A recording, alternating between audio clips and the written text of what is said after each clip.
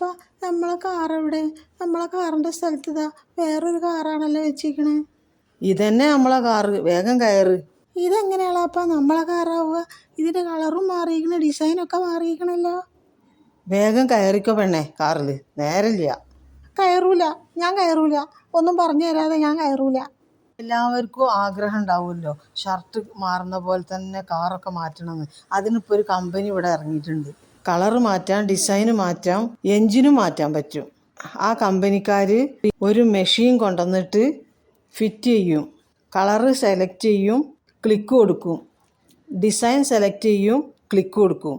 അതുപോലെ തന്നെ engine select ചെയ്യും, ക്ലിക്ക് കൊടുക്കും. പക്ഷേ നമ്മുടെ പുതിയ എൻജിനായത് കാരണം ഞാനത് മാറ്റിയിട്ടില്ല. ഇങ്ങനൊരു കമ്പനി ഉണ്ട് എന്ന് അറിഞ്ഞിട്ടുണ്ടെങ്കിൽ എല്ലാവരും ഇതെപ്പോഴും മാറ്റൂലേ? എല്ലാവർക്കും അങ്ങനെ തന്നെയല്ലേ, എപ്പോഴും കാറ് മാറ്റിക്കൊണ്ടിരിക്കാൻ ഇഷ്ടം തന്നെയാണ്.